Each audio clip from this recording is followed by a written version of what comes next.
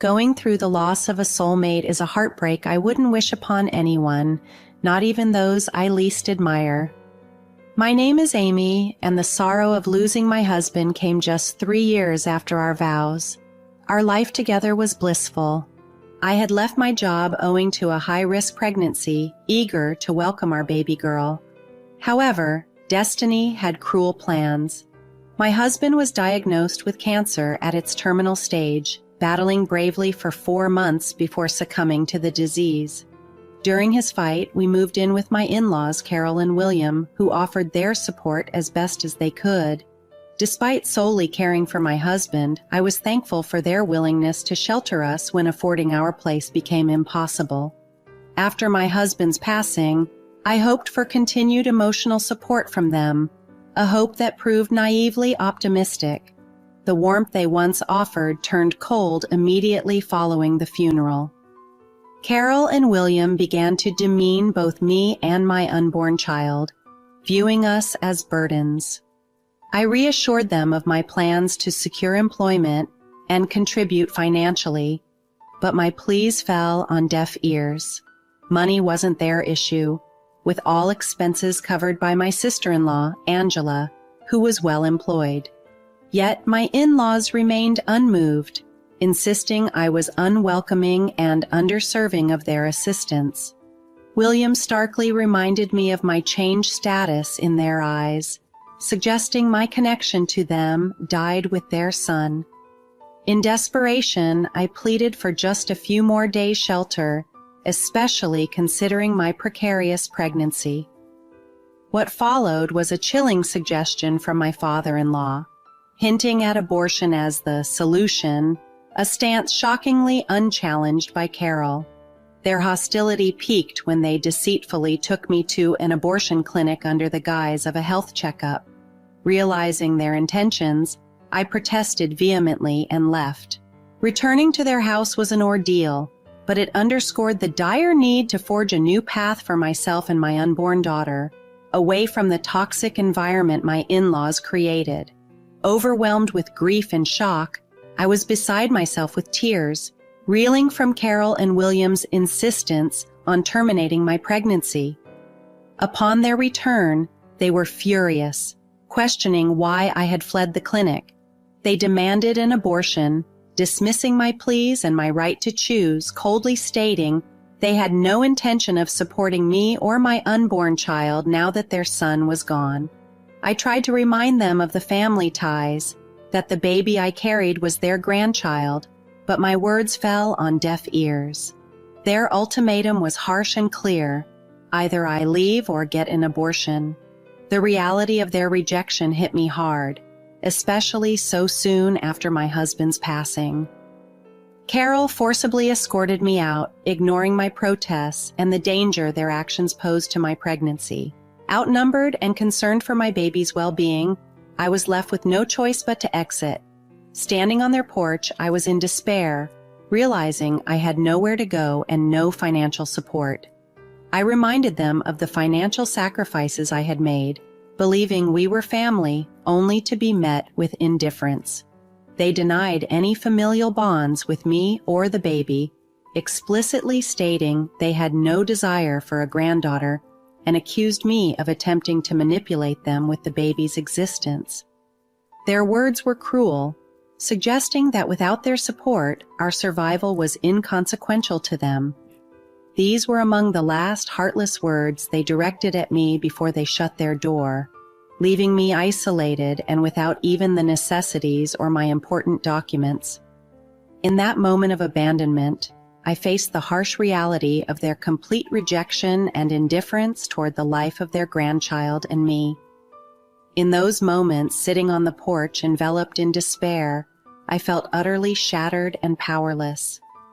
After crying inconsolably for about 30 minutes, Carol and William confronted me with harsh words, demanding to know why I was still there and insisting I leave their property immediately.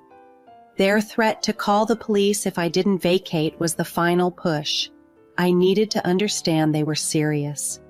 Fearful for both my safety and that of my unborn child, and knowing my lack of legal standing without my name on the lease, I gathered my strength and began to walk away, tears streaming down my face. Having walked a few blocks, feeling directionless and overwhelmed, I decided to call Angela, holding on to a sliver of hope that she might offer me some support. The moment she answered, my emotions, amplified by pregnancy hormones, burst forth uncontrollably. Somehow, through my sobs, I managed to convey my location to her but could articulate nothing more.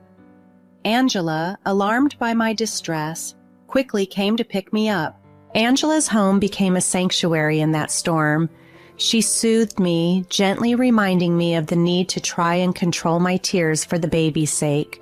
She didn't press for details, but focused on comforting me, even preparing food and a smoothie to ease my turmoil. Once I had calmed down somewhat, Angela, with a grave tone, urged me to share what had transpired. Her assurance of support, regardless of the circumstances, was a balm to my raw emotions. I hesitated, knowing the involvement of her parents in my plight might change things between us. "Angela, something significant happened." "It's about your parents," I managed to say, bracing for her reaction. Angela's response was a moment of silence, a pause that felt like an eternity as she processed the implications. Her commitment to support me, especially knowing I carried her niece, was steadfast. Yet the revelation that her parents were at the heart of my despair tested that promise. As I hesitantly revealed the involvement of her parents in my plight, I feared Angela might take offense at my accusations against them. But her reaction, after a brief pause, was one of concern and openness. She assured me in a gentle tone that my fears of offending her were unfounded and encouraged me to share my ordeal. When I confessed that her parents had not only kicked me out, but also attempted to coerce me into an abortion, her shock was palpable.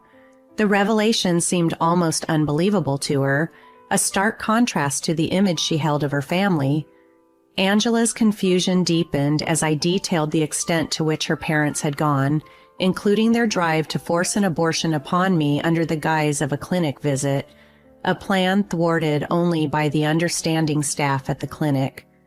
I could see the turmoil of shock and disbelief in her eyes as she processed my words, struggling to reconcile them with the parents she knew.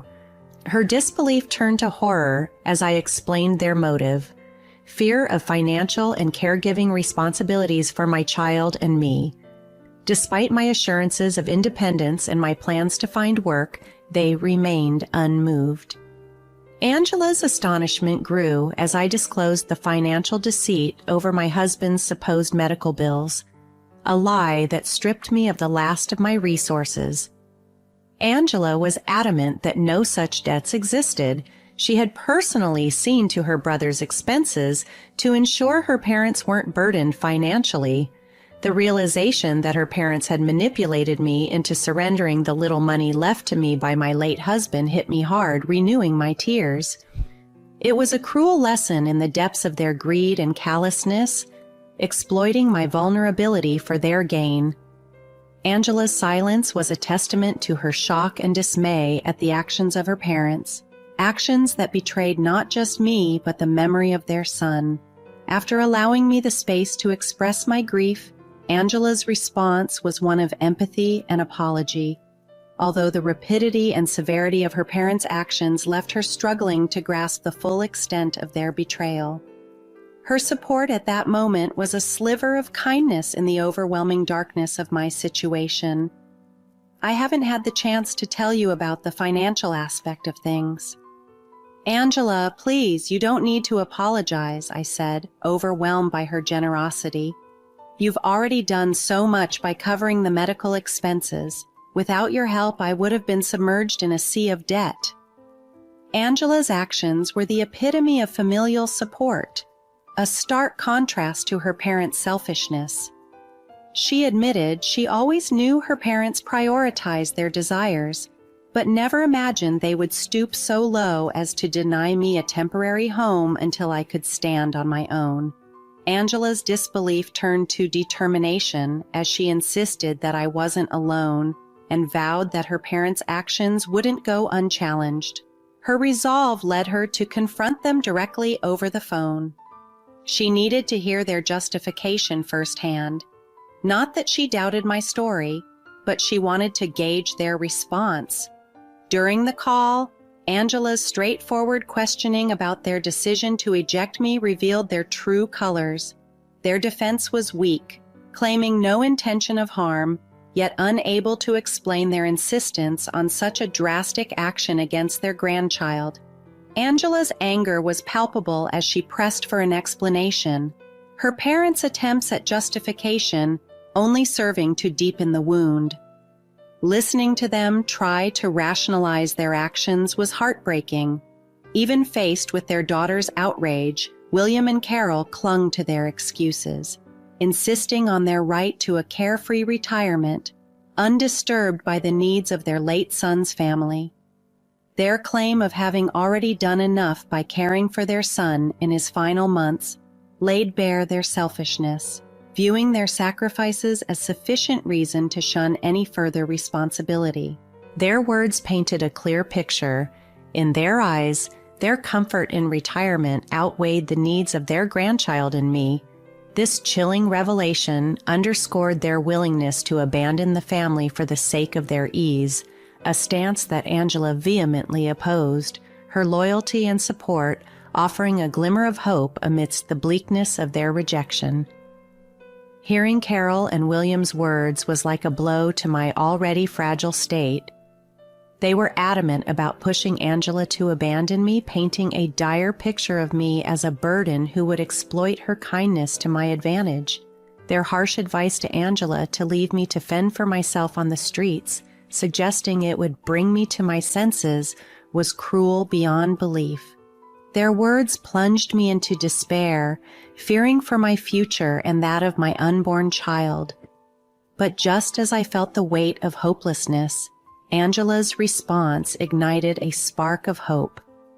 She challenged her parents with fierce protectiveness, questioning their humanity and the very values they purported to uphold.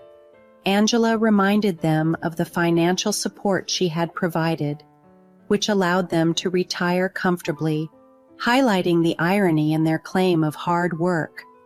Her anger was a testament to her disbelief in their actions and intentions.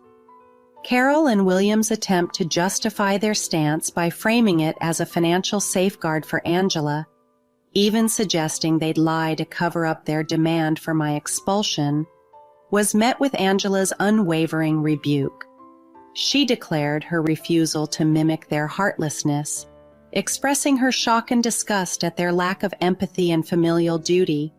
Angela's defense of me and her outright rejection of her parents' manipulative tactics revealed the depth of her character and the genuine bond she felt with me, akin to that of a sister. Her fierce retort to their demands and her readiness to stand against them showed her strength and her resolve to protect what she believed was right, regardless of the personal cost. Her parents' attempts to impose their will were met with Angela's staunch refusal to conform to their heartless demands, challenging their motives and ethics. Angela's stance not only defended me but also upheld the memory of her brother, reflecting her deep love for him and respect for the family ties that her parents were so quick to dismiss. Her courage and integrity in the face of such familial adversity were a beacon of hope in what felt like an endless night. Angela's bold declaration that she would cease her financial support was a significant turning point, leaving William and Carol reeling from the shock. They had never anticipated that Angela would take such a drastic step in my defense. Even I was astounded by her determination to stand up for me so firmly. William and Carol were in disbelief, unable to grasp the reality that Angela was serious about redirecting her support from them to me and my unborn child. Their reaction to Angela's stance was a mixture of confusion and denial, questioning if she truly intended to cut them off financially over what they dismissively referred to as a stupid woman. Angela's resolve was unshakable. She corrected them, emphasizing my importance and her commitment to support me and her future niece, instead of funding the comfortable lifestyle of her parents, who were more than capable of managing on their own. Her declaration marked an end to their exploitation of her generosity, signaling a new priority: my well-being and that of my baby. This stance by Angela left William and Carol scrambling, their earlier confidence dissolving into panic as they faced the real possibility of having to fend for themselves financially. Their attempt to swiftly backtrack from their initial demand for my departure to a sudden willingness to welcome me back was a clear sign of their desperation. They even went as far as to retract their insistence on abortion, suggesting a newfound readiness to figure things out. Angela then passed the decision to me, her smile signaling a power shift. It was my moment to address the situation, to highlight their wrongful actions, and to seek accountability. Calmly, I voiced my doubts about their sincerity, pointing out their egregious behavior and the lack of a genuine apology. Confronted with this, William and Carol hastily offered their apologies, a stark contrast to their previous stance. They expressed regret for their actions and extended an invitation for me to return, promising to make amends. This sudden change of heart was a testament to Angela's influence and the realization that their financial stability was at stake. The situation underscored the power of standing united against unfairness and manipulation, shifting the dynamics in a way that demanded respect and acknowledgement of wrongdoing. Struggling with mixed feelings, I confronted William and Carol about the deceitful way they had manipulated me out of my late husband's money, despite Angela covering all the bills. Their scheme had unraveled, revealing their dishonesty and exploitation at a time when I was most vulnerable. Seizing the moment, I demanded the return of the money they had unjustly taken, emphasizing that they had no right to it, given their lack of support during my husband's illness. Reluctantly and likely feeling cornered, William and Carol quickly refunded the money through PayPal, then reached out to Angela, suggesting a return to normalcy as if a financial repayment could erase their wrongdoings. They even proposed setting up a nursery, attempting to lure me back with promises and pretenses of family unity. However, their assumption that a simple apology and refund would mend fences was misplaced. Their expectation of forgiveness, despite their initial willingness to disown me and my unborn child, was a testament to their entitlement. They seemed to believe that these gestures were sufficient for reconciliation, overlooking the depth of hurt they had caused. Firmly, I rejected their notion of family and forgiveness. Their actions, particularly their attempt to coerce me into an abortion, were unforgivable.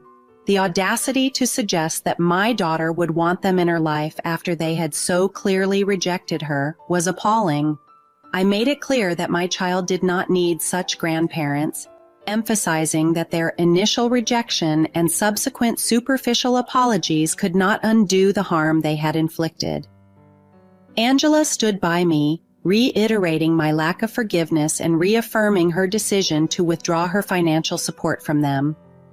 This decision was not taken lightly, but was a direct consequence of their actions and their failure to truly acknowledge the gravity of their wrongdoing. William and Carol's reaction to this finality was one of desperation. Their pleas for us to reconsider, driven by the sudden reality of facing financial responsibilities without Angela's support, were a pitiful sight. Their earlier confidence evaporated, leaving them to reckon with the consequences of their actions, a fitting end to their manipulative attempts to control and discard us according to their whims. Watching William and Carol face the music for their actions was a mix of tough and satisfying moments. They tried to make us feel guilty, but it didn't work. Angela decided enough was enough. She was going to collect my things and then cut ties with them. She even said she'd bring the police to make sure they couldn't keep any of my stuff. True to her word, Angela arrived with a police officer who turned out to be her boyfriend, a surprise to us all. Despite their pleas, I had moved on and blocked them. Angela didn't stop there. She told her whole extended family about what had happened. They were appalled by William and Carol's behavior and rallied around me instead. In the time leading up to my daughter's birth, I was wrapped in a cocoon of love and support. I landed a job through a friend, set to start once daycare was sorted for my little one. For now, I'm staying with Angela, who's been encouraging me to save up for a house to secure our future. Her boyfriend has been an incredible support system. I managed to get a restraining order against William and Carol, thanks to statements from the abortion clinic, ensuring they stayed away from my child and me. My baby girl is healthy and blessed with her father's dark eyes. Seeing them for the first time brought tears to my eyes. Angela has been my rock through this, choosing to sever ties with her parents permanently. Life took a turn for William and Carol. They've downsized to a small apartment and had to return to work because of financial strain. It seems karma has come full circle, placing them in the very situation they wished upon me.